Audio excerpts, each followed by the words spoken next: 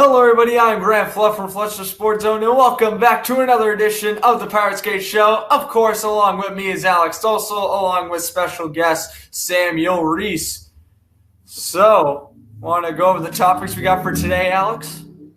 Yes, I'll do my intro. What's going on, everyone? I'm Alex Stossel from the DMV Sportsnet, and welcome to episode 9 of the Powerskateshow podcast series. And today, I think we have a good one today. We are with Sam Rees. What's going on, Sam? Thanks for coming out today.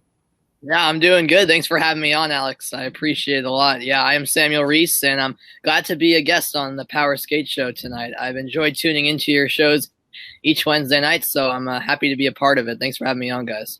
Yeah, no problem. All right, let's get this party started. All right, top 5 UFAs of our choice. We got Justin Braun, defenseman from the Philadelphia Flyers. He's 33 years old. He's a defenseman at $3.8 million per year. Will he re-sign with Philadelphia, yes or no? Grant, would you like to start?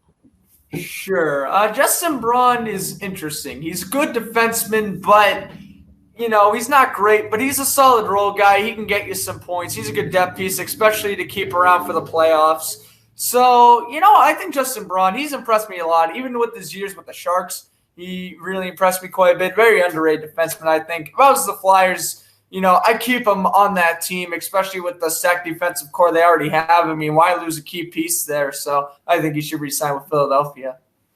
Sam? Yeah, I actually agree 100% with Grant here. I mean, he's not a name that, just a casual hockey fan will know a lot about. But as Grant said, like from the Philadelphia Flyers games I've seen, he does seem to be a core piece of their team and also a solid defenseman as well. I mean, he's not great, but I think he's a big part of that Philadelphia Flyers team. And I mean, the Flyers were looking good. Who knows what kind of run they can make in these playoffs. And I think Philadelphia, is a team to watch out for in the East going forward. And I think if you keep him, that would even, make the odds better for the Flyers to be a contender in the East a couple years down the road. So I think you should keep him if you're Philadelphia. Yeah, for me, this is a coin flip because there's some players from Lehigh Valley that are showing progress later in the future. You got Cam York, you got Sam Morin in the back end, Matt Niskanen in the NHL, Shane Gostisbehere, Travis Sanheim. Who am I thinking? I don't know on top of my Robert head. Hagg. Yeah, Robert Haig, whatever his name is. I think you got some solid bottom 2 pieces. Yeah, I think Justin Braun should re-sign.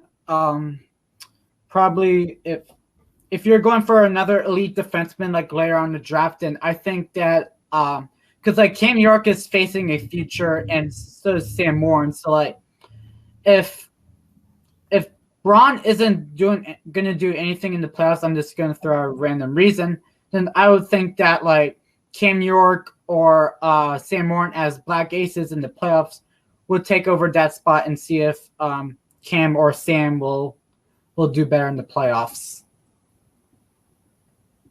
Yep. All right, next one. Buffalo. A little bit confused, but let's just do it anyway. Vlad Sobotka. He was injured the whole year. Hasn't heard from since.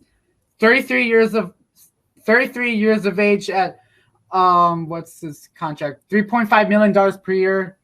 Will he re-sign with Buffalo? Yes or no? Sam, would you like to start? Yeah, this one's a tough one, to be honest with you, because I think his injury plays a key role in this too, and also the organization he's at. I don't know. The Buffalo Sabres, they've been a mess for a long time now, and who knows if they can get back on track in the near future. But to be honest with you, between his injury and I haven't been too impressed with him, to be honest, when he has been on the ice, and they're paying him $3.5 million, as you said. I honestly don't know if that's worth it for Sobotka. So I'd ultimately say no. But then again, I don't know. I don't really know what teams will want him, to be honest. So it's a tough situation for him, to be honest with you. But I say no at the end of the day. But I don't really know what teams would want to go after him, to be honest with you. What do you think, Grant?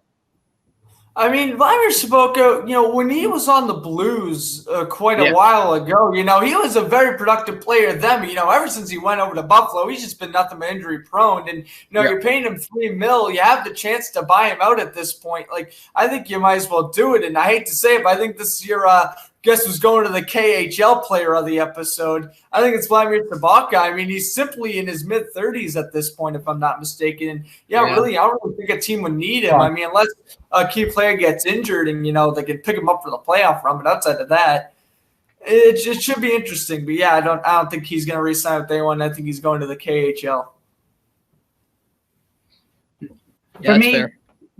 For me, he will not re-sign. He will go to the KHL, but he hasn't heard from since.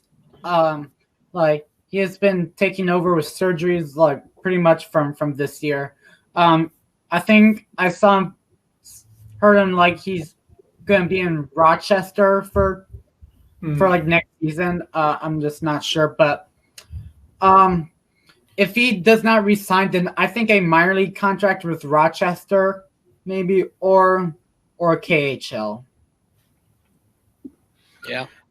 All right, last one, Grant. I'm not sure if we did this, but I'm gonna say it anyway. Radko Gudas from the Washington Capitals. I'm gonna start first since I'm a Caps fan, but I'm sorry, guys. 30 years old, $3.35 million per year. Will he re-sign with Washington? For me, no, because you got John Carlson, Dmitry Orlov, Michael Kempney, Jonas Siegenthaler. I'm still forgetting players. I haven't studied that defensive core anyway. Nick Jensen, Sean Go. I'm sorry, that is my brother. Well, you have some future players. You got Martin Faravari, not Beck Malstein. He's a forward. Alexander Alexiev. He will not be with Washington next year because they need to do some cap space. And if he signs with somewhere, I would see him go to Pittsburgh, so that he can Pittsburgh can have a good salary cap. I think they're gonna trade like a bottom 4 defenseman, bottom 3 defenseman like Juuso Riikola, like that guy, or I would see him go to Ottawa as a veteran defenseman. If Ron Hainsey retires, then I think Gudas can take over that spot. Boston, I believe, if any of the defensemen who's in the free agent spot, he can take over. So Sam, would you like to start next? Yeah, sure. No, you hit all the points that I was going to hit, to be honest. I mean, the Capitals, they don't really need him, to be honest with you, because you said it. They already have, they have enough solid players on their defense that there's really no need to have him, to be honest with you, and no need to be paying him either, because it's really an unnecessary asset in my opinion, because the Washington Capitals are plenty good even if he wasn't on the team, especially on defense. So that's the reason I would agree with you, Alex. And I think I don't know about Boston as a destination. I mean, I'm not ruling it out, maybe, but I would lean towards Ottawa, because you said it. Ottawa, it would be nice if they had a veteran defenseman like him, and the Senators, who, are a relatively young team in a rebuilding process. I think to have a veteran presence there would be huge, and so that's why I lean Senators. Although he could end up staying in the Metro, like you said. We'll have to wait and see. But if I had to pick a team that he'd get signed by, I'd say the Senators. Grant? Yeah, Rico Gudas is interesting because he's another defenseman who, he was very good a few years ago. But, I think he's still pretty productive. But I think the Capitals, they just have a lot of good options already up in the NHL, and not to mention all the players down in Hershey. So I would assume that he's probably going to be leaving. I would assume maybe he would go to the Senators, like you guys have been pointing out, need to get veteran leadership. I could see Pittsburgh as well. Maybe Carolina, if they get rid of certain assets. We'll see. I don't think maybe the Devils as well, but we'll see. But I think it'll be interesting where lands, but I'm going to say he will be out of Washington. Speaking of Washington, Brendan Dillon, $3.27 million per year. He's 29 years of age. Will he resign with Washington? I'm not going to go first. So, Grant, would you like to start?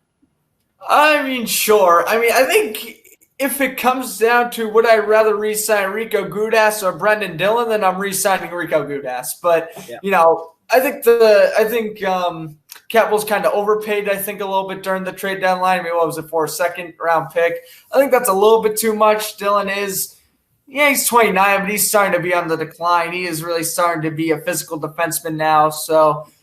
I don't know. I would say he might re-sign with the Capitals for a one-year deal. If he doesn't, then I pretty much say the same exact destinations like I mentioned. I think if you're Washington, you definitely got to keep one of those two defensemen, but I would see Gudas staying over Dillon, but we'll see. Right. Sam? Yeah, no, that's fair. I mean, it's a tough one because, as Grant said, if I had to pick Gudas or Dillon, I would lean Dillon. I mean, as Grant said, he's on the decline a little bit, but he is still 29 years old. I will say he will resign with Washington, but as Grant said, if he does, I think it will only be a one-year deal. Maybe give him another year, see what he's still got left in the tank, and if it's a bad year for him, then definitely he will be on his way out after this season. But I think you give him one more year just to see what he can give you, because he is 29 years old. He may be on the decline a bit, but then again, I would rather have him over Gudas.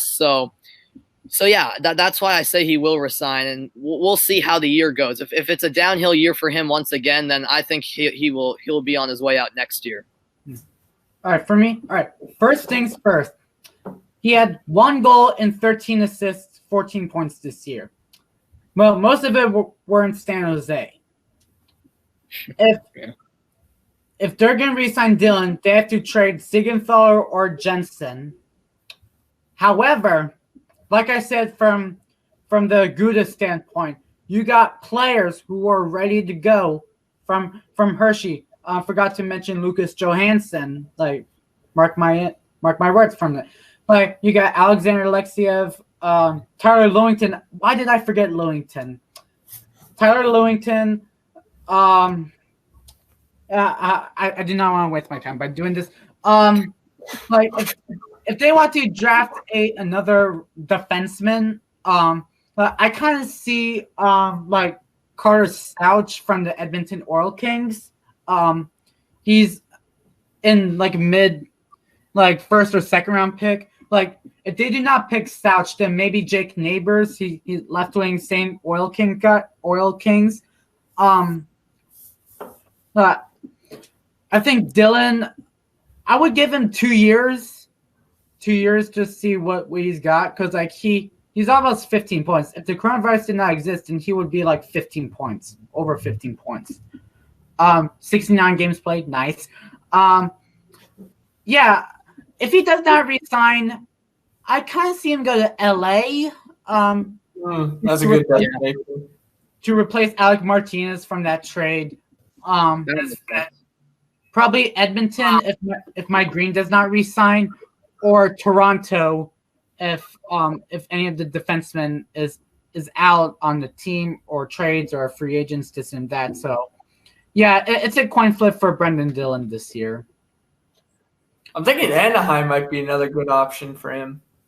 Yeah, like if Anaheim's in the top 3, then which we will get into that, like probably like Jake Sanderson or Jamie Drysdale if that happens. But we will get to the draft at the end.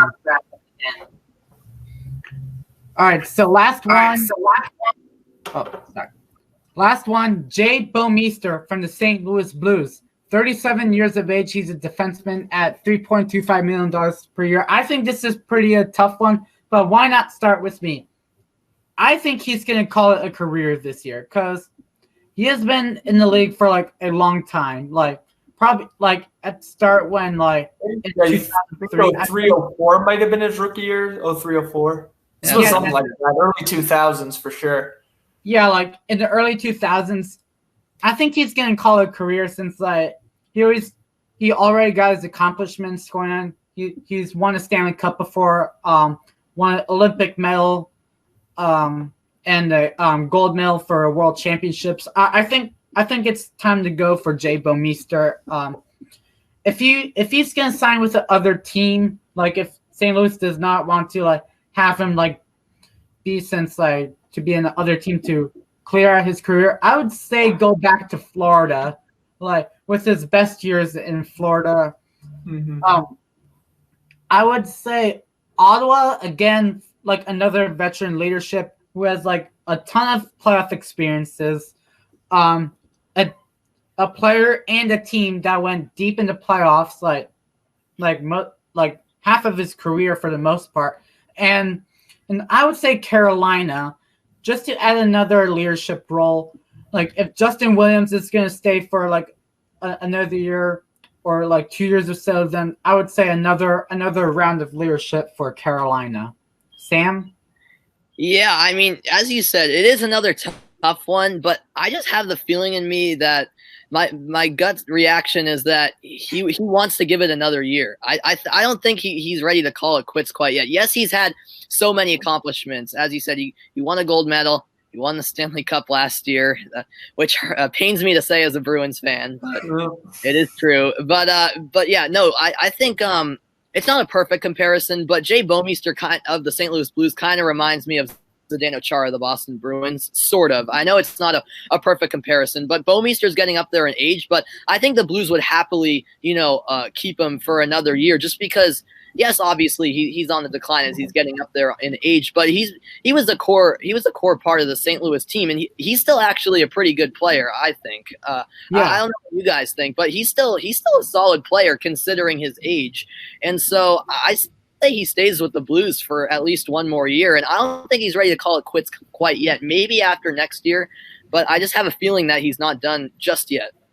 Yeah, and Grant, before you say your decision, his stats were 56 games played, 1 goal, 8 assists, and 9 points. So, Grant, would you like to say your decision?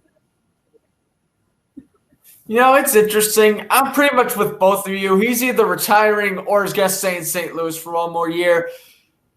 I think he'll probably re-sign with the Blues just for one more year. We'll see. Maybe if the Blues win the Cup again this year, then maybe I'll just retire and sell with, going out with 2 rings. We'll see. But I think I'm going to have to wait until the end of the playoffs, whenever they come about, to really make my decision on that. I would say for now he would re-sign with the Blues win the Cup. I could see him just maybe wanting to retire there. We'll see. But I think right now he's going to stay in St. Louis.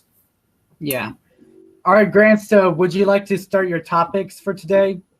Yes, certainly. I just want to touch on this pretty quickly. What? I was about to say, so before, sorry for interrupting you. So 2 announcements. We officially have a Twitter at Powerskateshow. And another good news, speaking of Twitter, former NHLer Zach Boychuk follows us on Twitter. He's become the first pro NHL player to follow us on Twitter. So thank you, Zach Boychuk, for following us. We want to thank you for your support. And yeah, let's start with your topics, Grant. Thanks, Zach Boychuk. If you ever watch these episodes, please, always love to have you on the show. Anyway, let's get into hey, listen, gotta get these former players on here. Anyway, I'm going to begin first with the St. Louis Blues. Sorry, we're talking about the Blues a lot, but they will be retiring. Chris Pronger's 44 sometime during next season. And I got to say this, absolutely well-deserved. 9 years in St. Louis, 598 games played, 84 goals, 272 assists, and his NHL totals over 1,100 games, 698 points, along with over 1,500 penalty minutes. Guy was an absolute machine. I know most of you probably know him more with the Flyers because, he's on the Flyers. Started watching hockey, and, you're thinking, oh, well, he also, he's a legend on the Ducks, pairing up with Scott Niedermayer, winning the Stanley Cup back in 2007. But I think we kind of forget how Chris Pronger is really a Blues legend. It's kind of weird when you think about it because I know he played there back in the 90s and the early 2000s. Not to mention he was drafted by the Whalers. What? And I know I've been researching about this guy, but I mean, it's really impressive, though. He made the Hall of Fame first ballot in 2015. You know, I know injuries kind of ruined his career, but he's still retired at 37. I think that's what's the most impressive thing about it. Stanley Cup champion, made the finals 3 times, once with St. Louis, or excuse me, not with St. Louis, once with Edmonton, Anaheim, and Philadelphia. So that's kind of cool if he made to St. Louis, but I don't know, very good career. I'm writing my Tecmo article about that, which will be published tomorrow, so make sure you go check that out. Yeah. So, Sam, what do you think of Chris Pronger going to hang it number 44 to the Enterprise Center? Yeah, well, listen, I'll start off by saying, and Grant knows this, I've ranted about this on the All Sports Talk Show, but I think, you know, especially in the NHL and NBA, that teams retire too many numbers, but I will agree with Grant on this one. I think he deserves it. I mean, Grant covered it all with all those stats. I mean, and this guy, you do raise a good point, you know, especially for like kids our age. We kind of forget that, you know, he was kind of a legend with the Blues back in the day because we were used to, you know, seeing him, you know, with the other teams he played for around the NHL. But yeah, wherever he went in the league, I mean, he seemed to have success, and you said he battled through injuries. He played all the way till he was 37, and he just gave it everything he had when he was on the ice, and it paid off with the Stanley Cups he won. And I think it's well deserving. I think ultimately it's the right decision from St. Louis. Do you agree, Alex? Yeah. I watched Chris Pronger since the first time I heard his name, like in 2010 with his time with the Flyers. Like when I was like 5, I always watched classic games like in 2005, 06, or 07, this and that. I like Chris Pronger with the Ducks because like Pronger was a hard worker guy. First ballot Hall of Famer in 2015, well deserved on him. Gold medal winner in 2010, a Stanley Cup champion in 2007, and grabbing a buttload of accomplishments. Same thing like Jay Bouwmeester, same thing, gold medal winner, world championship gold medal, and the Stanley Cup. I think it's a good move. Of the next award for him is to be his banner number retired at the Enterprise Center. I think the next one is going to be in Philadelphia because how hard he worked, like since the end of his career. Probably like Anaheim, like in the future because of the Stanley Cup level winning. He's definitely not getting retired by Edmonton though. He only played 1 year. Sure, they made the finals that year, but got 53 points, I think. But yeah, but I could definitely see the Flyers eventually doing so, and maybe even the Ducks for sure. Yeah. All right. So I'm going to start my first topic on my mind. So the AHL has announced that they will do the Empire State Classic at Rome, New York. So the Utica Comets are the Vancouver Canucks NHL affiliate, and the Syracuse Crunch are affiliated with Tampa Bay Lightning. So in Rome, New York, there's only one stadium. I forgot the name. I think it's RFA Stadium, not RFK. RFA Stadium. And from the picture on my standpoint, it is like a high school like track and field football type field. So like, if you did not heard the news, so what are your guys' thoughts about bringing back AHL outdoor game? So Grant, would you like to start? Well, I mean, I'll tell you one thing. AHL is going to make you money, that's for sure. And also, fantastic experience for the fans. I've always wanted to go to the Winter Classic and the Heritage Classic and all that good stuff. I was really bummed out when I found out the Bruins Blackhawks Winter Classic was being played in Chicago. I was going to save up my allowance and try to buy a ticket. But, of course, I'm playing Chicago. I ain't going all the way to Chicago. No offense, Bruins. But I mean, I've always wanted to go to an outdoor game despite really how cold it is. I think that's the reason why I want to go to an NFL game too. I don't care about the weather. I just love the sports, and I want to be there.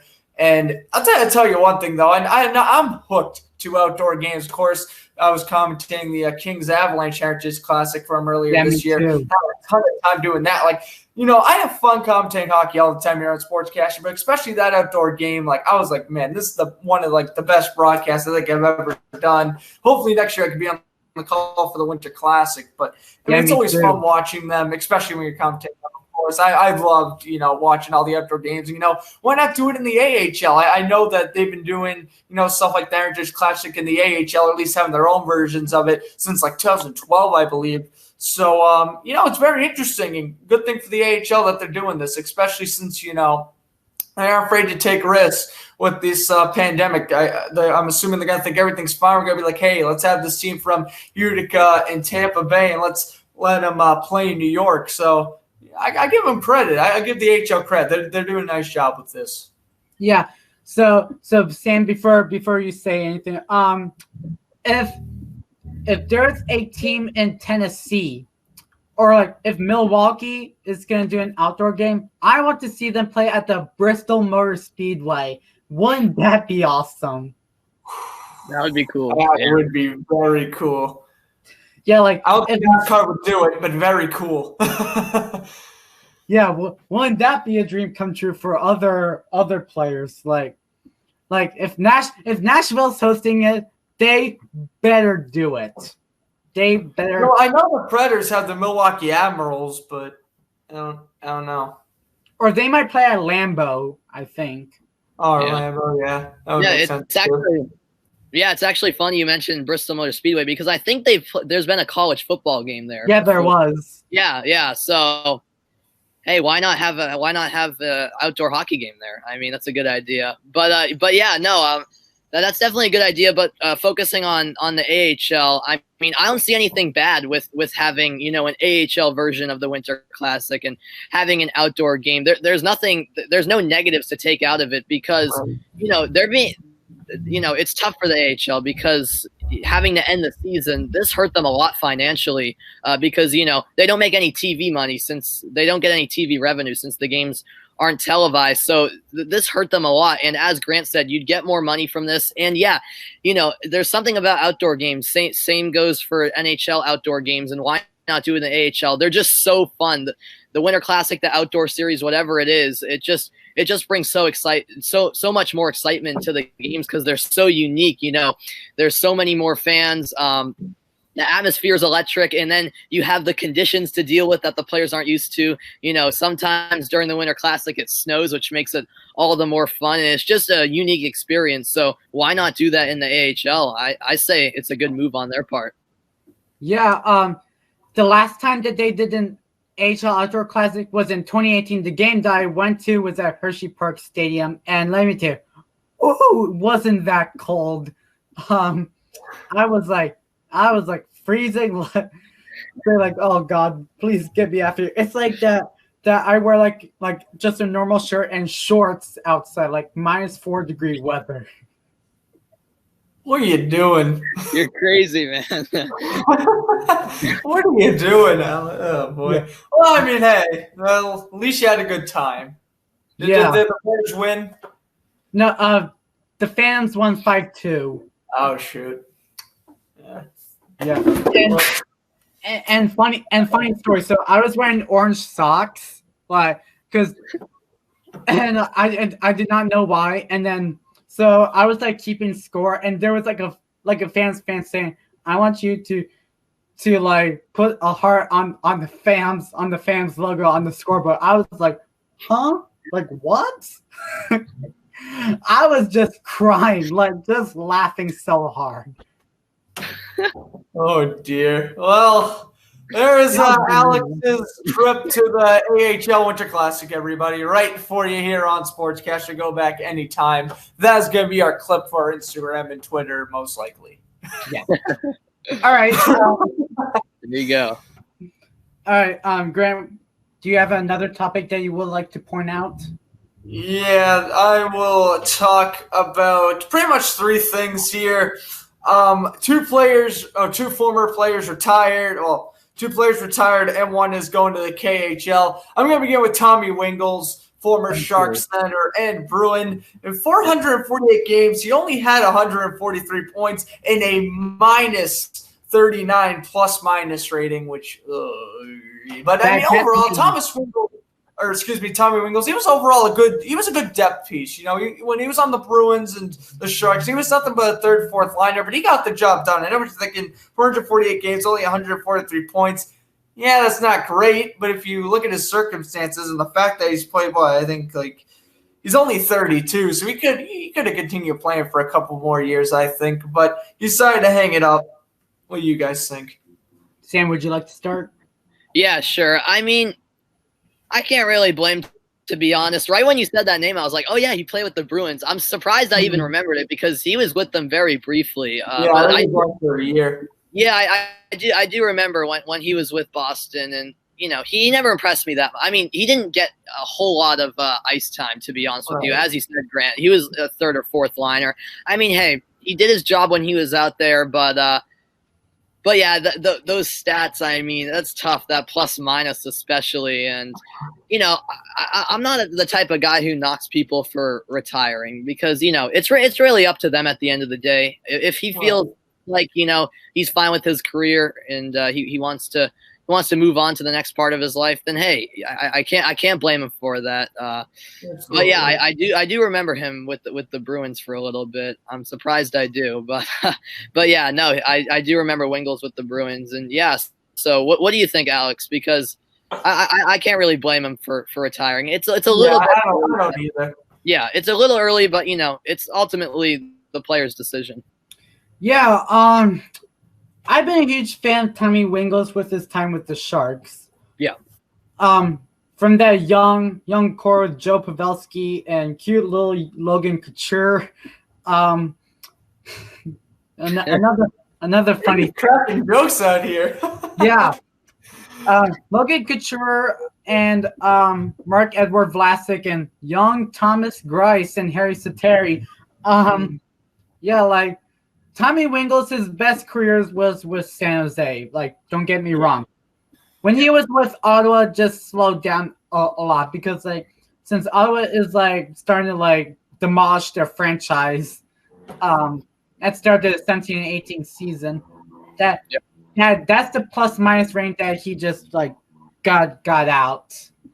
And that's how he got the minus 36 from Ottawa and Boston pretty much. But yeah, like I think Tommy Wingles had a solid NHL career in my mind. He a little bit played in the second line for like injured reserve type, but like right.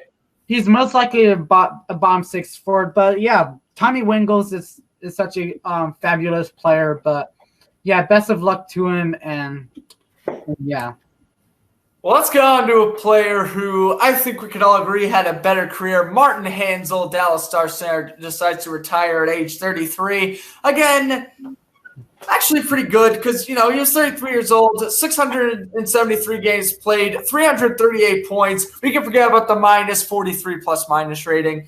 He matched it up with the point total at least, especially when he was on the Coyotes. He was that second-line center for many years with Arizona, and eventually went over to Minnesota and Dallas before ultimately retiring this past Friday. But I got to be honest with you, though, when he was on the Coyotes, put him on line with Mikhail Bucker and Kyle Chukchura, and back in like 2012, 2013, when the Coyotes were in their heyday, man, he was very, very solid role player. I think it's about time, though. He was, like, I believe the fifth string center on the Stars at this point. He was either KHL or going down to the AHL, or unless you want to switch up positions. But at this point in his career, I don't see why you do that. I think he made the right thing retiring. Ultimately, very solid career. What do you guys think? I'll go start. Yeah, Martin Hanzal, his best years was with Phoenix/Arizona for sure. Right. Like from the old standpoint, I'm still forgetting who's on that roster. Lord Korpakowski, I have his Finland jersey. I was about to say that. His best years was definitely 11-12 season. 12, 13, 14, 15, all the way through. that's how he got the minus 46 because Arizona was trash. Sorry, Coyotes fans, if you're watching. I'm just humoring you from the past. Yeah, like he was okay in Minnesota just for like a year. Went to Dallas. Just hasn't heard from Dallas, but with his time with Phoenix/Arizona, he was awesome, and once again, best of luck to him. So, Sam, what do you think? Yeah, no, you're 100% right. I mean, in the prime of his career, which was when he was with the Coyotes, he was a great player. I mean, I remember it quite clearly. Yeah, you guys are right. He was great, and I kind of feel bad because all of a sudden I feel like he kind of just dropped down significantly. And yeah, now a fifth string player, as you guys said, and he was great in his prime a couple years back in Arizona, but I think it's time now. Why not? It's absolutely. I don't see what playing for another year or two would really do because he's not going to get a lot of playing time in the first place, and as you said, it wouldn't be with an NHL team, so I don't see any point in continuing on. So yeah, I'm not surprised that he retired, to be quite honest with you. But yeah, no, he was a great player, no doubt about it. Yeah. Then here's my last player, Roman Polak, defenseman for the Dallas Stars. Man, poor Stars, they're dropping all these veterans. He's going over to the KHL, though. I forgot what team off the top of my head, but he's going to the KHL. This he's season, in Czech Republic. 41 games. Oh, yeah, right. So 41 games, no goals, 4 assists. He was injured for about 20 of those games. Overall, in 806 career games, 140 points, you're thinking, oh, okay, that's not that bad. 26 career goals. I know he's a defenseman, but he's been playing for about a decade. 26 career goals. You see, Cale Makar and Quinn Hughes would smash that record just this season alone. I mean, Roman Polak, a good depth piece, but he never really wowed me, and he's going off to the KHL, which will probably be the last years of his career. What do you guys think? I think he's kind of making the right move here. Sam, would you like to start? Yeah, sure. I mean, yeah, you guys are right. You're right, Grant. I mean, he's been with Dallas for quite a while now. Yeah, he's been there for about 2-3 years, yeah. Okay, yeah. I was thinking 4. No, yeah, you're 2 or 3 is probably right. But yeah, he's never impressed me that much. I mean, he's an okay player, and the stats kind of tell the story. So yeah, I mean, I think it's a good move for him to go to the KHL. He can be a solid player in Russia, I think, and yeah, I mean, he's been having a rough season with Dallas. The injury too hasn't helped one bit. So yeah, I think it's the right move for him to go overseas. Do you agree, Alex? He has not lived up to being in the NHL for sure. He's a stay-at-home defenseman. First things first, like I said, he's a stay-at-home defenseman. From those 26 goals in his career, he technically averages like 3 or 4 goals a game, to be honest. Or like below. Like if he's like NHL, AHL type like rotation, then like he's gonna get like 1 or 2 goals this season. Oh yeah. Well, like luckily, like I think he's trying to grab like potential that he never has before. But yeah, I think he's gonna stay in Europe like till he retires. Yeah, right. I agree. So for another topic, which is my good old friend Brendan Leipsic. He's going to the KHL, Moscow.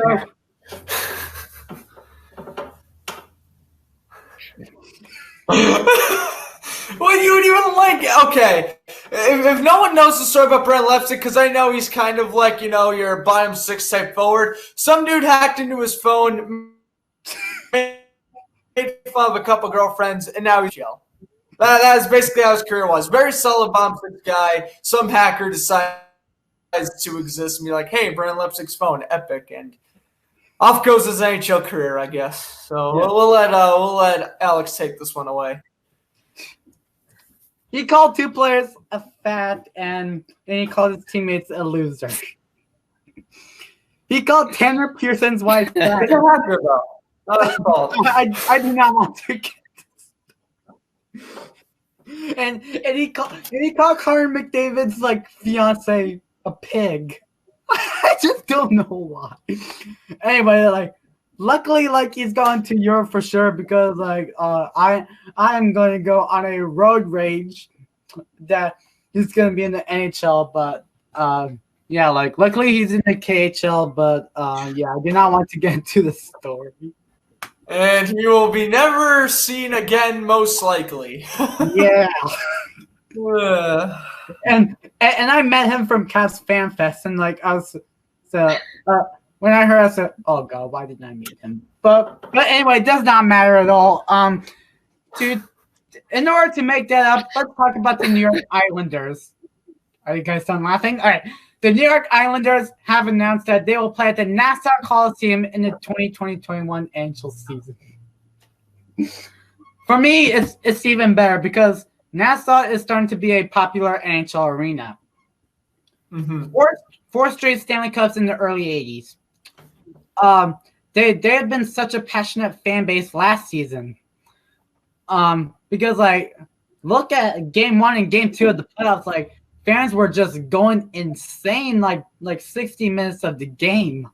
Like that's even better because like luckily Barclays Center, there's no way that they're gonna come back because who even wants to go to the Barclays Center this year or next year?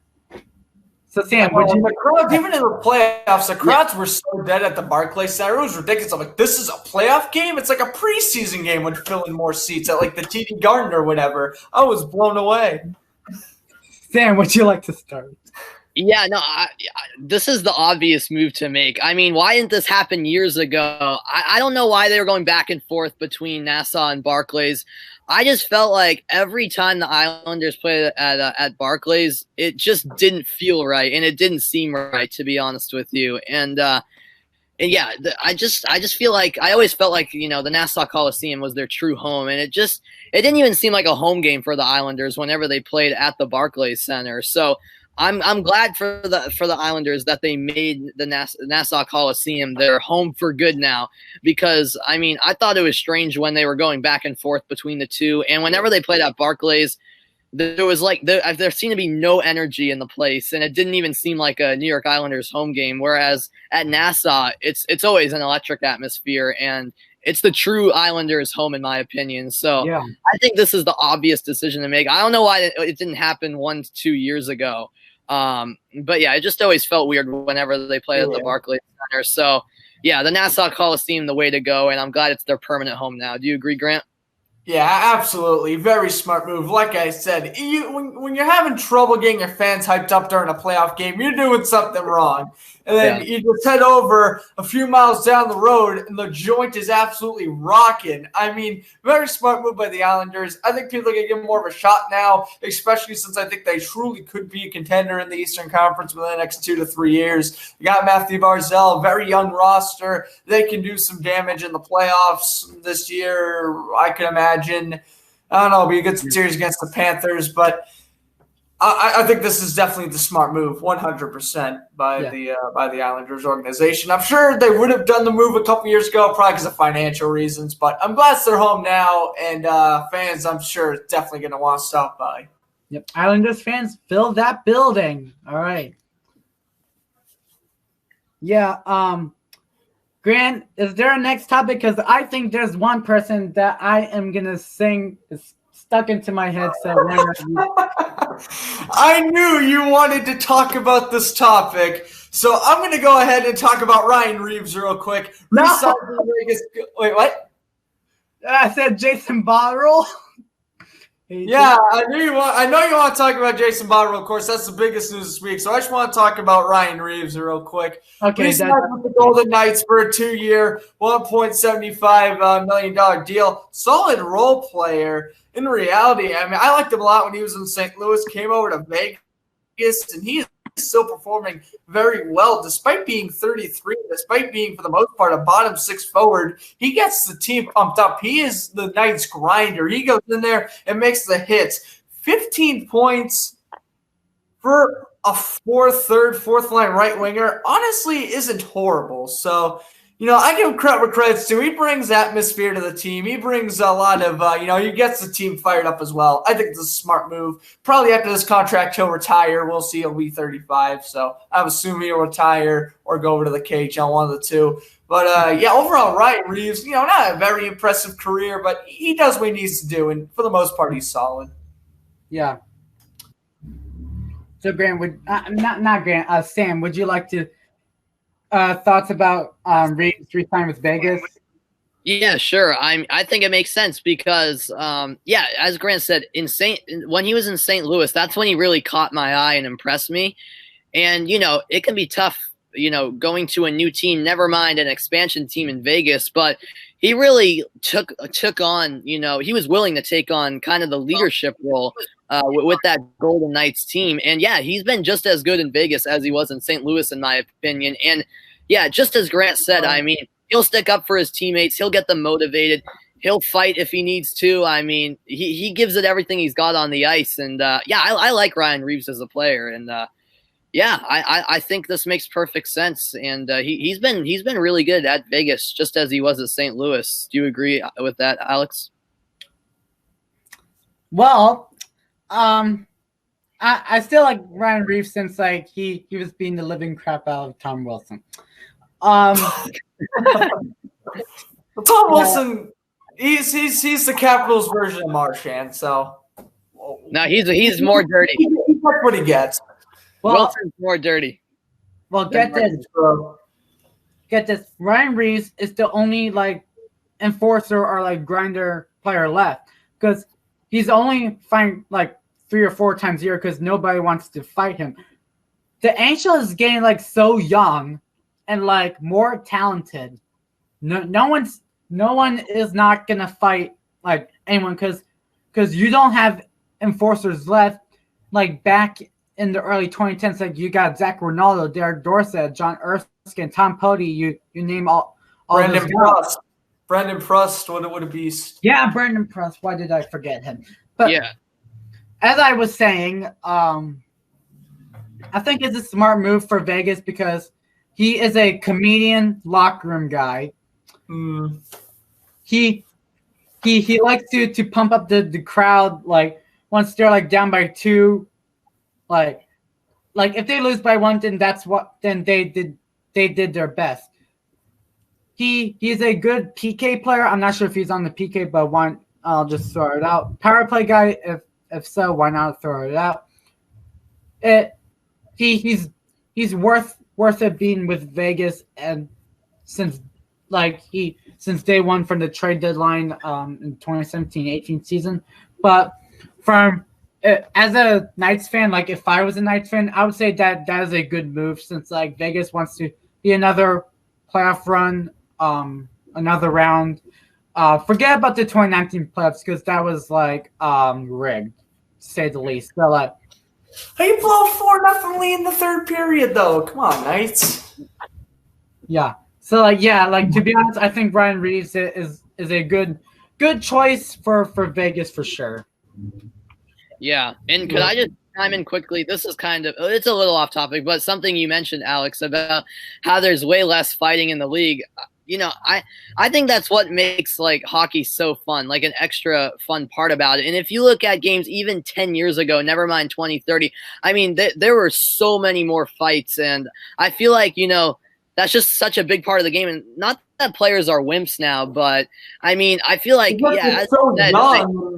you said, Alex, Ryan Reeves is only one of the few players left that will actually fight, and no one wants to take him on anymore. When back in the day, you'd see guys wanting to take him on in fights, and I don't know, the hockey guys are obviously the toughest out of any sport, quite frankly. But I don't know. I think the fighting, not that I want a ton of fighting, so many stoppages with ton of fighting going on.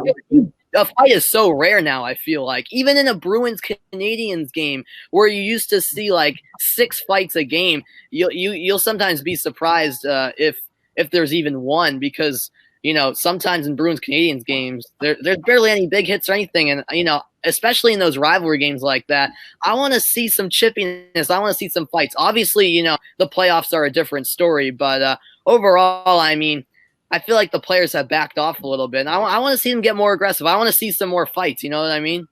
Yeah, I know. So whenever there's a fight now, and like I'm commentating a game, I'm like, I gotta really make this entertaining because I know it's only gonna happen like once every like 5 or so games I commentate now. So it's like I want to get it, like the fight like so amped up, especially since I think that is one of the better parts of hockey in general. I mean, we need this greeting. I mean, obviously, all these guys flashed out their skills and their deeks. Yes, that's fantastic as well. But you need to have those third, fourth line grinders. And I know a lot of players in the AHL are pretty chippy. So hopefully those guys get called up and, they can bring back some greediness in the league. We'll see, but I don't know. Yeah, I'm starting to agree because let's be real. Guys like Connor McDavid, they're never going to drop the gloves. So, I don't know. Yeah. All right. Fighting back. All right. So, another topic that I might sing along for like in about 20 minutes. Go ahead, Grant. Give the people what they want. I haven't really listened to the song yet, but but definitely here is definitely the big news that happened early yesterday morning. Of course, the Buffalo Sabres fired their GM Jason Botterill, and now Senior Vice President Ken Adams is his replacement. That, of course, is the news, and about time, especially for Jack Eichel. You are absolutely thrilled. You are throwing a party, and yeah. Sam, would you like to start? Yeah, sure. I mean, I alluded to it briefly at the top of the show. I mean, the Buffalo Sabres, they've been an absolute disaster and mess for over 5 years now. And I really feel bad for Jack Eichel, to be honest with you. Yeah. I mean, you see so many guys on the Bruins like Charlie Coyle, Matt Grzelcyk, who, were from the Boston area. They get to play with their home team, the Bruins, that happen to be really good. Jack Eichel obviously went to BU, and he lands with the Sabres, which must be absolutely miserable. But I think every Buffalo Sabres fan will be happy about this move. I mean, change needs to happen, and I'm surprised it took this long, to be honest with you. But yeah, I thought it could have 5 years ago. Yeah, you got to change it up if you're Buffalo, because it's just been atrocious. Like year after year, they're at the bottom of the league, and even with their high draft picks, it's still been very underwhelming. So you got to make some changes, and you got to head back in at least towards the right direction, and maybe become a playoff contender in the near future to at least win some of your fan base back. I think they've lost already more than half of it. If you see any Sabres games, there's barely any fans anyway. So you're like Florida right now. Yeah, I know. And listen, Buffalo, they only a thing I should mention as well. Buffalo, they only for professional teams have the Sabres and the Bills. So it's not like they have 5 professional teams in town. They just got the Sabres and the Bills, and those fans they're not gonna go through that misery that much longer, because those are one of their 2 teams, and at least the Bills are getting to look pretty good, but the Sabres, it's been a disaster, and they got to get back on track sooner rather than later, or else their fans are already angered, rightly so. But maybe this change will give them some optimism going forward. Yeah, like. For the Pagulas, I'm not the Pagula family's fan. Like, not right now. They have done a horrible job, I think, so far. They've been doing decent with the Bills, but for the Sabres, yeah. Like, last year, Buffalo should get Steve Yzerman. Buffalo should get Stevie Y to Buffalo. Like, have them rebuild the team. Because, like, look at Steve Yzerman with Tampa Bay. Playoff teams. Not President's Trophy, but I'm not sure if he was last year when he got swept. Who knows? 2015 GM of the Year award. Like, well, he's in Detroit, but he's still doing a good job. But if he was with Buffalo, then they would miss the playoffs this year, be a playoff team next year, so that, like, he is working so hard, grab the players to be a perennial powerhouse. Like Buffalo, like their first 20 games, they were like 15-2-3. Yeah, And they, I know. Yeah, I know. I was like, okay, this isn't going to last long. And then you just take a look at them in November, and I'm like, oh, I was right. It's just the Sabres we've seen since like 2013. Because the last playoff appearance was 2011, where Ryan Miller got absolutely lit up in Game 7 by the Flyers that year. So Sabres haven't been back since. They really haven't even had a good goalie since Ryan Miller, if you think about it. I mean, Robin Lehner, he was a flop. Jonas Enroth was horrendous. You know, Chad Johnson, like Michael Neuwirth, like good veterans, but they didn't do anything. Chad Johnson, another former Bruin, not good either. I mean, it's just goalie after goalie has just been struggling. Carter Hutton, we mentioned this last week. He's apparently with his eyes, and Linus Hallmark's good, but is he really the goalie for the future? Just a lot of question marks goalie wise for the Sabres. Really, I think that's also their main problem because I feel like their defenses came a long way, and their forward core is getting a little bit better, but the goal. Yeah, and the one thing that you got to fight was train Ryan O'Reilly. What? Yeah. I agree. And I'm going to make this quick. Yeah. And signing Jeff Skinner, $9 million. Jeff Skinner. Do you know how many goals he got last year? 40 goals. 14. 9 assists. 9 assists. He just said, yep, I left you some like ugly chocolate for you that my girlfriend gave me 5 years ago. What is with that? Yo, everyone give credit to Alex for coming up with these crazy scenarios. Your analogies are spot on tonight. Yeah. All right. And let's make on a happier note. I got 2 more topics. We'll just make it quick. Toronto and Vegas are both the front runners of the hub cities. So for those who follow us on Instagram at Powerskateshow, I posted that Toronto and Vegas are both the front runners of the hub city. Toronto for Eastern, Vegas for Western. So do you guys agree of Toronto and Vegas being the front runner of the hub cities? Grant, would you like to start? I mean, sure. I mean, I'm fine with it, just really as long as we get back to hockey, both very good arenas as well. I am kind of confused why they'd have one arena in America and one in Canada. I don't think that's going to end up being a big deal, but I really don't think that's going to be a big deal. And I think overall, yeah, why not? If you're the NHL, I just go for it right now. Absolutely.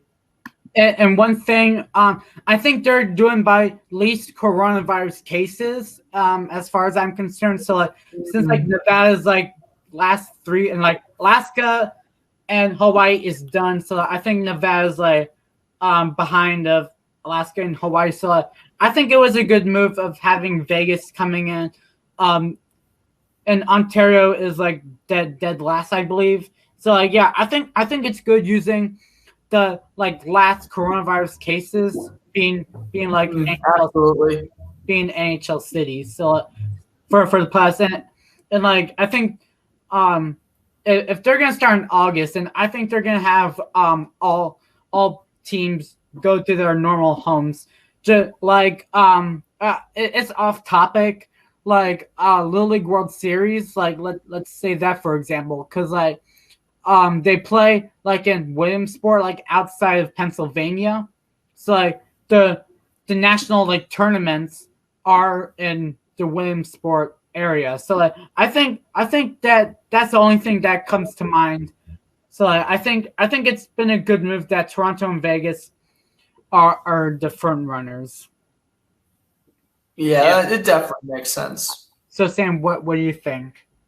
Yeah, I mean, as Grant said, I'm just glad there's going to be hockey. I don't really care where they put. They can play on the moon. I'm just glad there's going to be NHL hockey. But no, but as you said, it makes sense with those areas least affected by the coronavirus, or at least they've settled it down a lot more. I mean, yeah, Vegas, they've been hosting UFC and top-ranked boxing events already, so they've already been hosting some sporting events there. I also heard though that I could be wrong, but I read something that said Las Vegas is actually going to host the Eastern Conference, and then Toronto will host the West because they don't want Vegas playing home or Toronto playing home for fear of fans of those two teams surrounding the stadium while the game's going on. That's what I heard, but I could be wrong.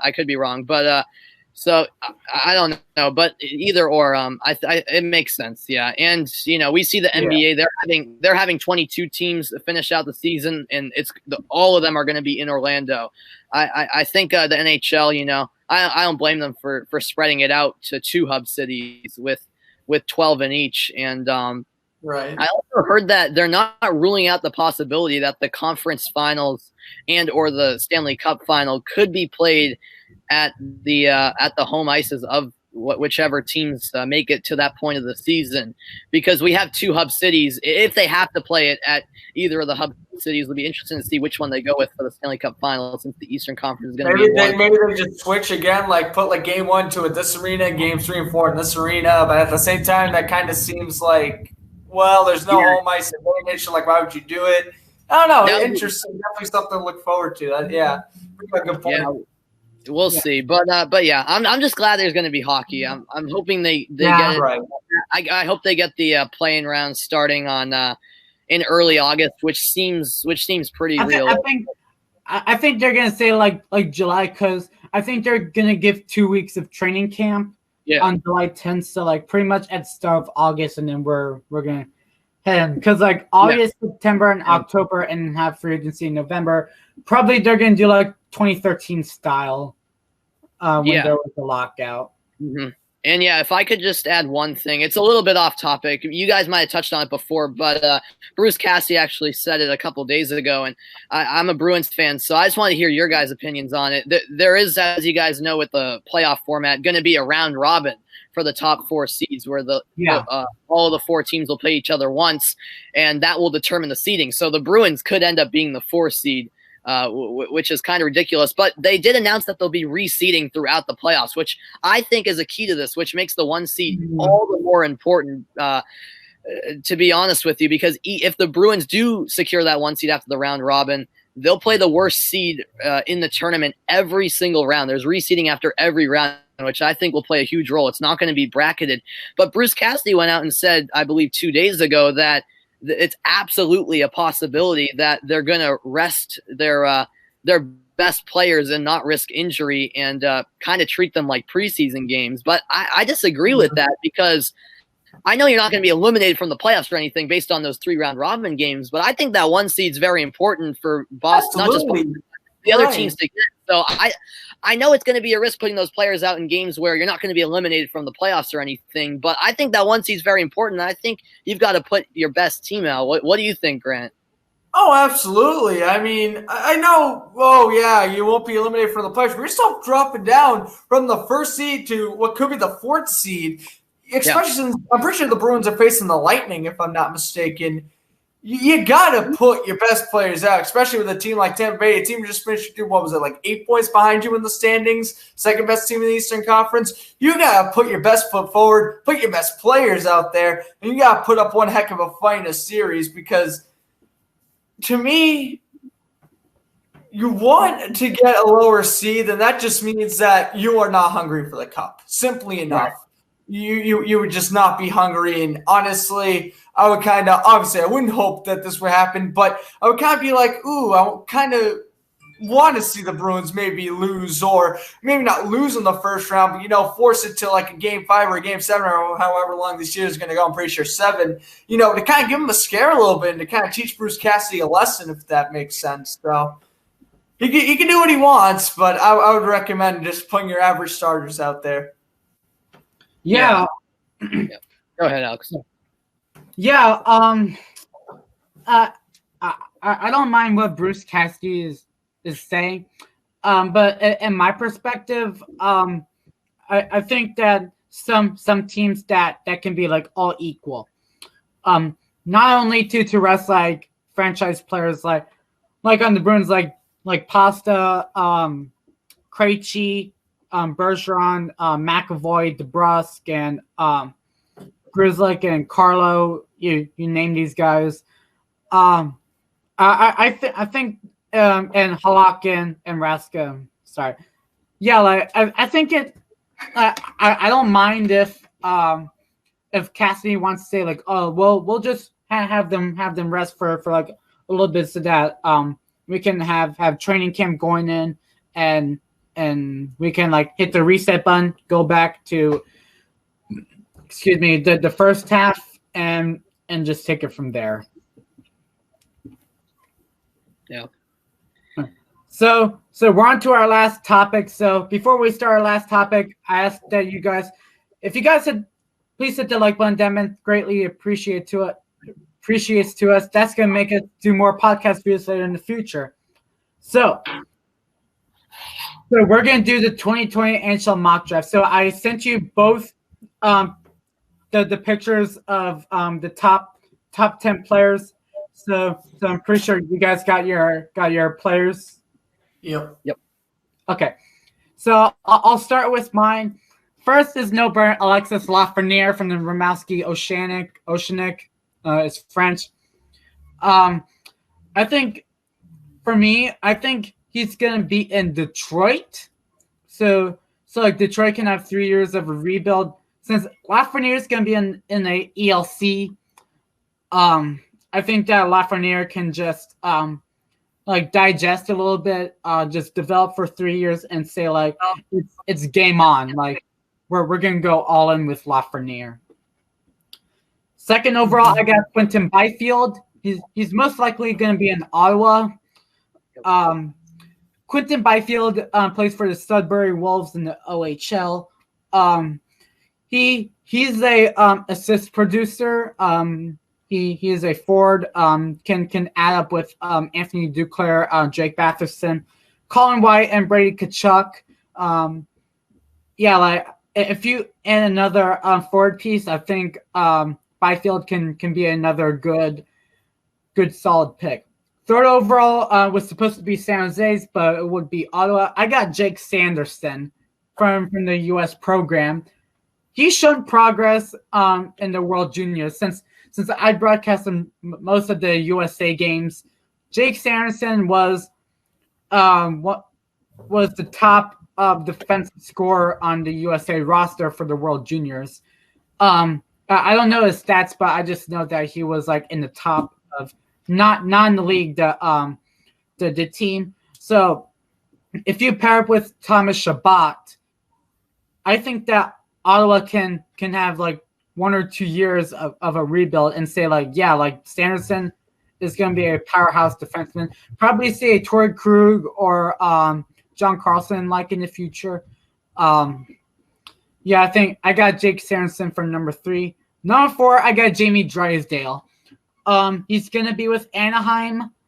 If you're going to pair up with Hampus Lindholm, Cam Fowler, and Drysdale as like a top 3, I think Anaheim's going to be in the playoffs next year. But top 3 players are going to be NHL ready. So like, if Drysdale's going to make it out of camp, which I'm not sure, then Drysdale plays for the Erie Otters. So if the Otters season was done, then I think Drysdale's going to be in the March call-ups or be in the Black Ace if Anaheim finds a way to sign someone in the offseason.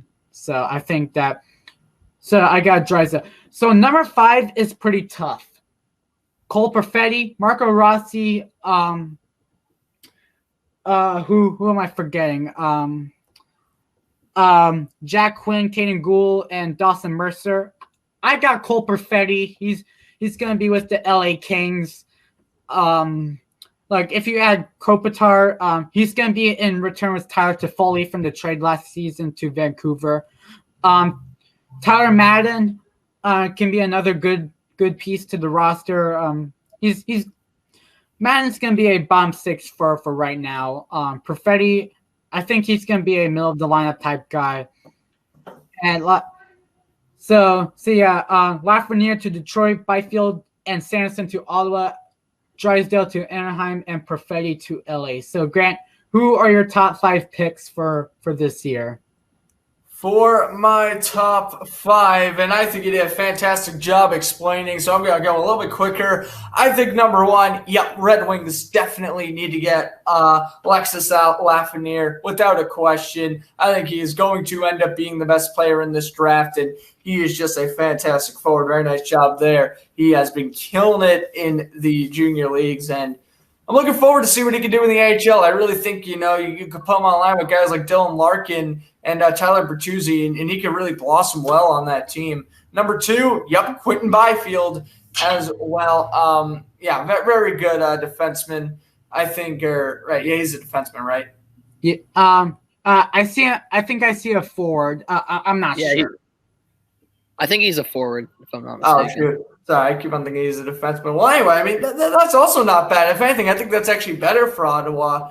Maybe if he's first line ready right out of the gate, you could possibly do something with him. So, I don't know. I think he's going to be NHL ready for sure. I think Quentin Byfield will be doing pretty good solid. I mean, 6'4", 215-pound frame, that's pretty good forward size. So, can't wait to see what he does. I think he's going to have a great NHL career as well. At number 3, same thing as Alex. I got Jake Sanderson. I think his puck skills have been very good. I think he could snipe. I think he could dangle. He's been a very nice player so far. At number 4, I have Jamie Drysdale. Again, I think basically copy and paste. I haven't watched too much junior hockey like I did back in the day when I did get into hockey. But based off what I've seen, he's also been a very solid prospect. And I'm going to go with pick number 5 to my LA Kings. We're going to go with Marco Rossi. Perhaps a little bit of a stretch there, but I don't know. I think he could work well on the Kings. So, I don't know. 5'9", 183. He's wicked fast. I wouldn't mind seeing him go to LA. Those are my top 5. Yeah. Oh, Sam, who are your top 5 picks?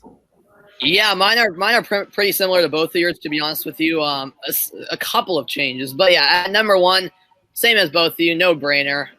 Alexis Lafreniere, and for all the reasons you guys said, I think he'd fit nicely at Detroit. Give it time, but he could be the next big thing with the Red Wings. Sorry about the noise in the background, by the way. If you can hear that, that's my neighbors. But anyway, number 2, I also have Quentin Byfield. I think, as you both said, they up for forwards, especially at the center position. I think that's where Ottawa need to improve upon the most. And then this might be a little bit of a controversial decision, I guess. But with Ottawa also having the number 3 pick, I actually have them getting Cole Perfetti, who's another forward. But I honestly think that the Ottawa Senators need to load up at the forward position. So, I mean, why not? They have both the 2 and 3, the second and third pick, most likely. So why not stack up at that position? Because I think their defense it's pretty good too. It's not awesome, but it's all right. I think the goal scoring is really what's been lacking for Ottawa. So that's why I've been getting 2 forwards. And then at 4, I also have Jamie Drysdale heading to the Ducks. The Ducks, if they get a good defenseman, which from what I've researched and seen out of Jamie Drysdale, he has a lot of potential and he is a solid defenseman. He could be the key with that Ducks team. As Alex said, they could be a playoff team in the near future if everything goes right with him. And then at number 5, I do have Marco Rossi going to the Los Angeles Kings. The Kings, I know Grant's a Kings fan, and they've been, definitely, they haven't been awful, but they've been disappointing for the last few years. And I think if they get a good center like Marco Rossi could possibly be, then that's a start. There's still more work to do there for the Kings, but I think that's where, if you're LA, you would want to use your first pick on that early on in the first round on a center. Yeah. I would definitely do that too because, Jeff Carter has had off and on injuries, so we don't know if he's going to be healthy by next year. So it definitely makes sense as they draft a center that early, NHL ready for sure. Yep. All right, so that's going to wrap up today, episode 9, Powerskate Show, and next sportscaster for me will be the draft lottery, I think, next week. But I put Red Wings, Ottawa, Anaheim and LA because I put by standings order. So they're not official. I put by concept stuff. So I'm just saying that for those who are confused. But yeah, anyway, Sam, thanks for coming out today and really do appreciate it. Yeah, absolutely. No, thank you guys for having me on. I greatly appreciate it. I haven't talked a lot of hockey in a while now, and there's nothing like playoff hockey. So I can't wait for the NHL playoffs coming up. We covered a lot of great topics, and yeah, I'm looking forward to the resumption of the NFL probably in about 5 or 6 weeks probably. So yeah, I just can't wait, man. As more sports return, hockey's definitely up there on the one I want to see most back in action, especially as a Bruins fan. I think this is another year where Boston can make a cup run and maybe the last one in quite a while. So after last year's heartbreak, I think this is the year for Boston. We'll see. But yeah, thanks for having me on, guys. And I always like talking hockey with two guys who have a lot of knowledge about the game too. So I appreciate you guys having me on. And yeah, I'll see you around later. And obviously, Grant, part of the All Sports Talk Show, so I'm with them quite often. But thank you guys for having me on. I appreciate it. All right, that's going to wrap up. I'm Alex Stasso alongside with Grant Flood from Flood Sports Zone and Samuel Reis. And check out our social media, Twitter and Instagram at All Sports Talk Show. And we will see you guys really soon. Have a good night, everyone. Thank you. And once again, we can't thank Sam enough for stopping by. Like I said, we'll be on again next week at 7 o'clock. Same time, hopefully with a new guest. So, yep, definitely stay tuned for next week. All right, see you later, everybody.